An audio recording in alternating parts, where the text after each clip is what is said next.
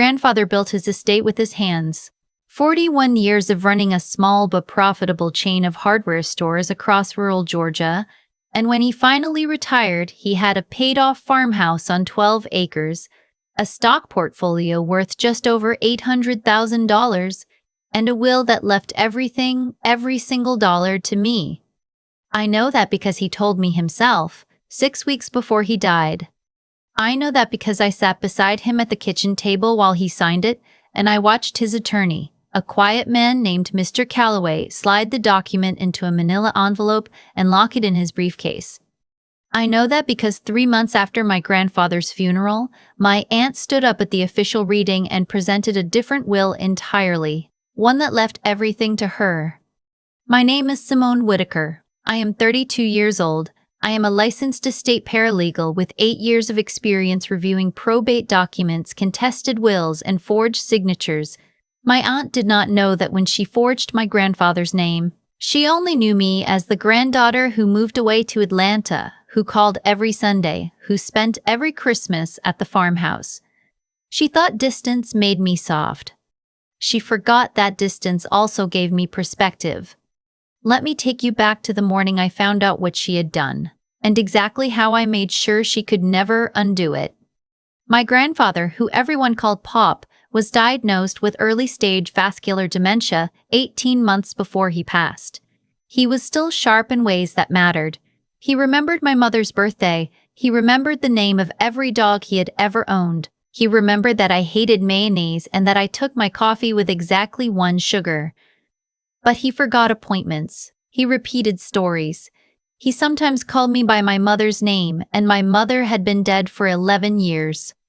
My aunt, my father's older sister, moved back to Harlan County the moment the diagnosis came through. She said she wanted to be close to Pop. She said family should take care of family. She drove him to his doctor's visits, stocked his refrigerator, managed his calendar. I was grateful. I was also 3 hours away with a full caseload and a salary that barely covered my rent and my student loans. I called. I visited when I could. I told myself that my aunt stepping in was a blessing. I was wrong about what kind. Pop called me on a Tuesday in September. It was early morning and his voice was clearer than it had been in months. "Simone," he said, "I need you to come down this weekend. I've updated the will. Mr. Calloway has the copy. I want you to have the house and everything in it. I don't want any confusion after I'm gone." I asked him if he was okay. He laughed, that low rumble he had, and told me he was fine, just tired of waiting for the weather to cool down. I drove down that Saturday. We sat at his kitchen table and ate peach cobbler, and he walked me through everything. The property, the accounts, the stock portfolio managed through a brokerage in Savannah. He had written a letter to accompany the will in his own handwriting, explaining his reasoning. He wanted the farmhouse to stay in the family. He wanted me to have the resources to take care of it. He did not want it sold. My aunt was not there that day. Pop said she had gone to visit a friend in Macon. I met with Mr. Calloway in the afternoon, watched Pop sign, and drove back to Atlanta with a piece of cobbler wrapped in foil and a feeling of something settled, something final, but peaceful. Pop died 8 weeks later, on a Thursday morning in November, in his own bed in his own house. I got the call from my aunt. She cried. I cried. We made the arrangements together, or I thought we did. Later I would realize that several of the decisions I assumed were shared had been made unilaterally, including which attorney would handle the probate. It was not Mr. Calloway. My aunt had retained a different attorney, a man I had never met named Harold, whose office was 40 minutes outside of town and whose reviews online were, to put it generously, sparse. I noticed, but I did not push. Pop had just died. I was grieving. I told myself it was a logistical choice, nothing more. The will reading was scheduled for 3 weeks after the funeral at Harold's office. My aunt arrived with her husband and her 2 adult sons. I arrived alone, with my work bag over my shoulder, which I brought out of habit more than intention. Harold read from a document dated 11 months before Pop's death. According to this version, My grandfather had revised his estate plan to leave the farmhouse, the land, the portfolio, and all personal property to my aunt, to be managed and distributed at her sole discretion. I sat very still. Sole discretion. That phrase is a red flag in estate law. It means there are no guardrails, no timeline, no requirement to distribute anything to anyone. My aunt could keep everything indefinitely. My aunt could keep everything indefinitely. My aunt could sell the farmhouse the following week. My aunt could do exactly whatever she wanted with 12 acres of Georgia farmland and $800,000 in assets, and there was nothing in that document to stop her. My aunt was watching me when Harold finished reading. She had composed her expression into something resembling sympathetic regret, but her hands were resting very still on top of her purse, and I recognized the posture of someone who has rehearsed this moment. "Pop and I had many conversations about the future of the estate," she said, addressing me with a careful gentleness that did not reach her eyes. Toward the end, he felt strongly that the property needed someone who could be physically present to manage it. He worried that you were overextended. Her husband nodded, her sons nodded. Harold arranged the papers on his desk. I looked at the signature on the bottom of the document Harold had just read aloud. My grandfather's name was Leonard James Whitaker. He had the handwriting of a man who had filled out purchase orders and vendor invoices by hand for 4 decades. His capital L had a distinctive backward hook at the top. His J dropped below the baseline with a wide, confident loop. He pressed hard with a pen. You could feel the indentation on the back of the page. The signature on Harold's document was fluid, light-pressured. The J barely dipped below the line. I did not say anything in that office. I picked up my work bag. I shook Harold's hand. I told my aunt I needed time to process and that I would be in touch. I drove to a diner 2 miles down the road, ordered black coffee, and opened my laptop. I have a very particular set of reflexes when something does not add up. In my professional life, I have reviewed hundreds of contested estate documents. I have sat across from elderly clients and watched their children try to explain away irregularities in the paperwork. I know what coercion looks like on a page, and I know what forgery looks like, and I know that both of those things leave evidence. I opened the state probate records database. The will Harold had presented was filed 3 days after Pop's diagnosis was confirmed. 11 months before his death, yes, but 6 months after the dementia diagnosis. 6 months after my aunt had moved back to Harlan County. 6 months after she had become the person who drove him to appointments, managed his schedule, and decided who had access to him on any given day. I pulled the filing date again. Then I pulled the date on Mr. Calloway's version, which Pop had told me was on file. According to the state registry, no second will had been filed. That meant Harold's document was the only one in the probate system, which meant my aunt had filed it, which meant she had somehow prevented Mr. Calloway's version from reaching the registry. I called Mr. Calloway that evening from my car in the diner parking lot.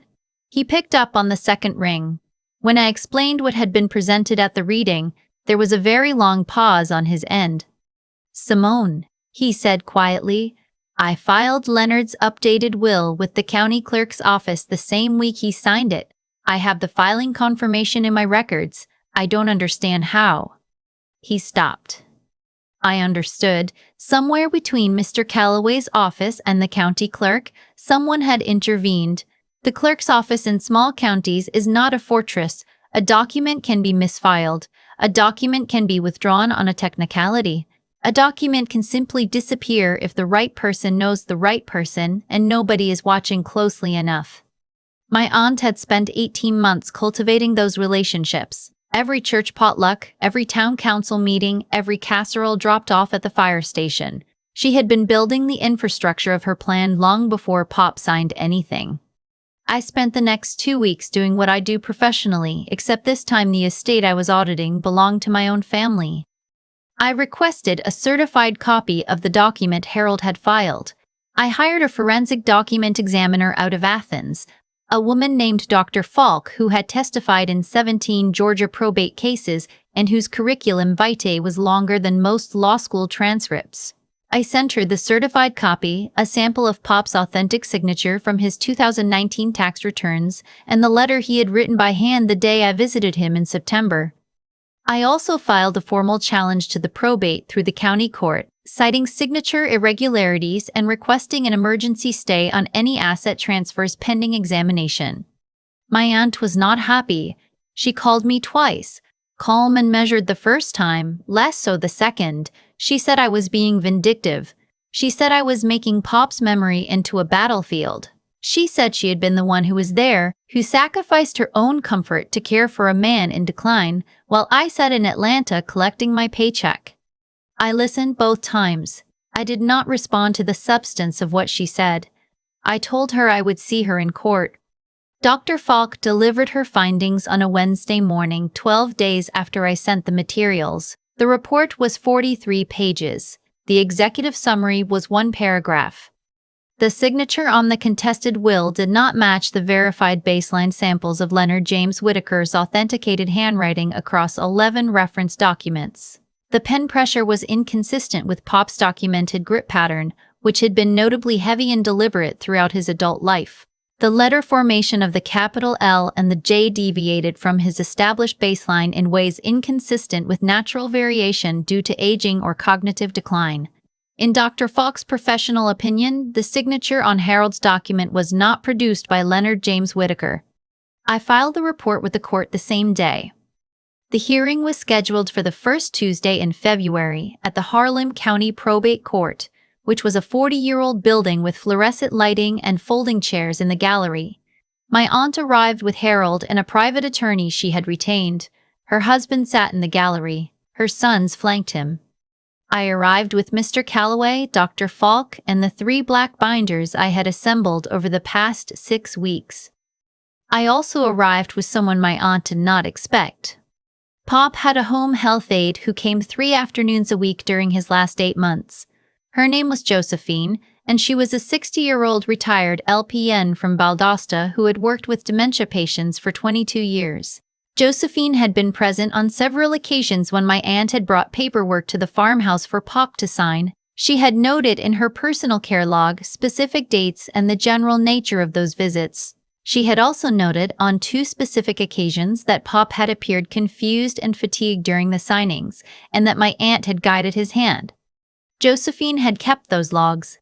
Josephine had kept them because she was meticulous and professional and believed documentation existed for a reason. I had contacted Josephine 3 weeks earlier. She had agreed to testify.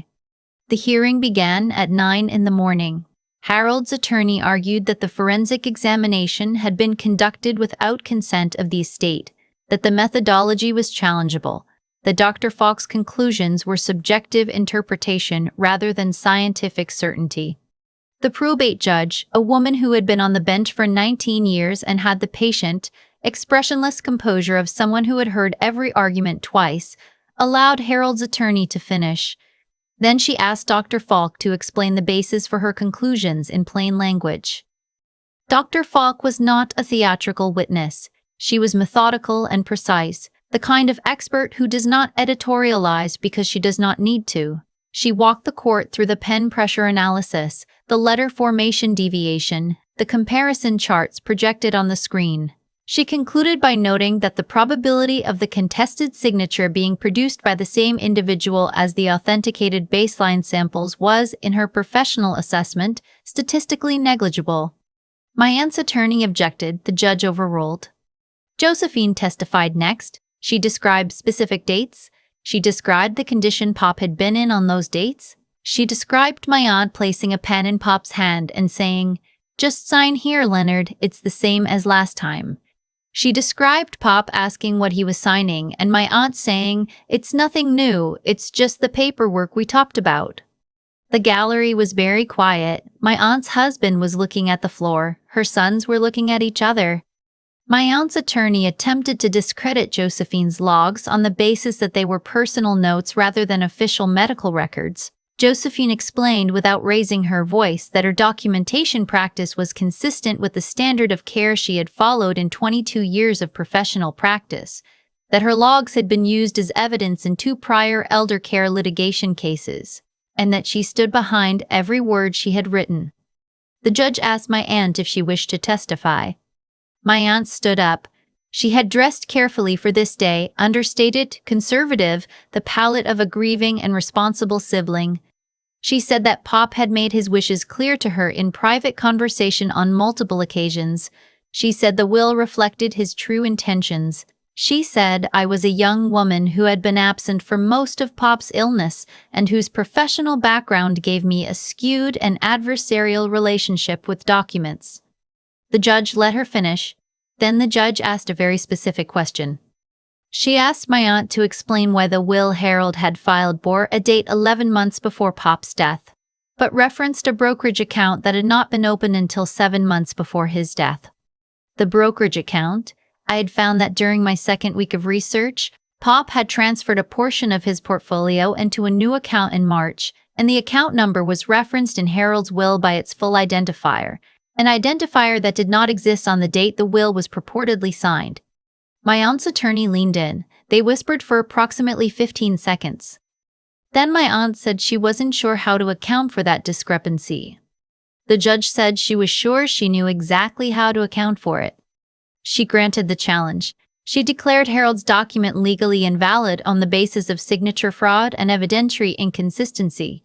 She ordered an immediate stay on all asset transfers. She referred the matter to the Georgia Bureau of Investigation for criminal investigation of potential elder financial abuse, will fraud, and obstruction of a probate filing. She also ordered Harold's law license to be flagged with the state bar pending investigation of his role in the filing. My aunt stood at the defense table and did not move for several seconds. Her attorney touched her arm. She shook him off. Then she looked at me. I had not looked away from her since she had finished speaking. I sat with my hands resting flat on the table and my posture straight, and I met her gaze without flinching. I offered her nothing. No satisfaction, no anger, no grief. Just the clear, unblinking acknowledgement that the transaction was complete. She looked away first. The criminal investigation moved on its own timeline after that.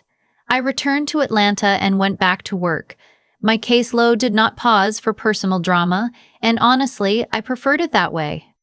Grief is easier to carry when your hands are occupied. The GBI concluded their investigation 5 months later. My aunt was indicted on 3 counts: will fraud, elder financial abuse, and obstruction of a legal proceeding. Her husband, who had signed a document authorizing Harold's filing as a witness, was charged with 1 count of filing a false probate instrument.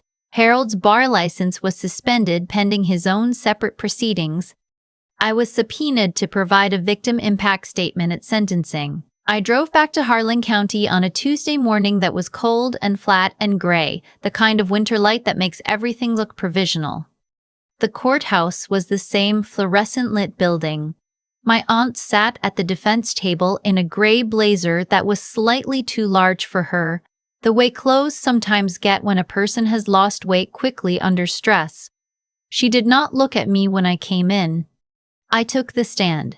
The prosecutor asked me to describe the impact of the fraud on my life and on Pop's legacy. I had prepared something, but when I sat down in that wooden chair, I did not read from my notes. I looked at my aunt and I spoke directly to the room. I said that my grandfather spent 41 years building something real. He built it without shortcuts, without inherited money, without anyone handing him anything. He stocked shelves and negotiated vendor contracts and drove his own delivery truck on Saturdays when the crew was short. He built his estate so that what he had worked for would outlast him in the hands of someone who would take care of it. I said that the crime committed against him was not simply financial, it was the theft of his voice. He had made his wishes clear in writing, with a witness present, at a moment when his mind was sound enough to know exactly what he was choosing. That document had been erased. The people who erased it did not do so in a moment of desperation or confusion. They did so deliberately, systematically, with advanced planning because they believed his cognitive decline made him a manageable target and that my distance made me a manageable obstacle. I said I was neither. I said the court could measure the financial impact and the value of the estate. I asked the court to measure the moral impact in the length of the sentence. Then I stepped down and took my seat. My aunt received 4 years in a state correctional facility and 3 years of supervised probation. Her husband received 18 months suspended, with 5 years probation and a civil judgment requiring financial restitution to the estate.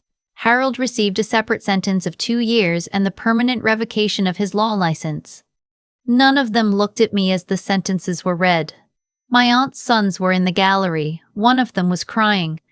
I did not feel the satisfaction I had expected to feel. I felt tired and quiet and very certain of something I had not been able to articulate since Pope died. His voice had been put back in the record. That was what mattered. The estate returned to probate under Mr. Calloway's oversight. Pop's original will was authenticated and executed. The farmhouse and the land were transferred to my name 6 months after the sentencing. The portfolio, reduced somewhat by the legal fees, was distributed according to Pop's instructions. I did not sell the farmhouse. I drove down on a Saturday in October when the Georgia sky was doing that particular thing it does in fall, going deep blue and cloudless in a way that feels almost unreal. I pulled up the dirt drive and sat in my car for a moment looking at the house. The porch needed repainting. The gutters on the east side had come loose.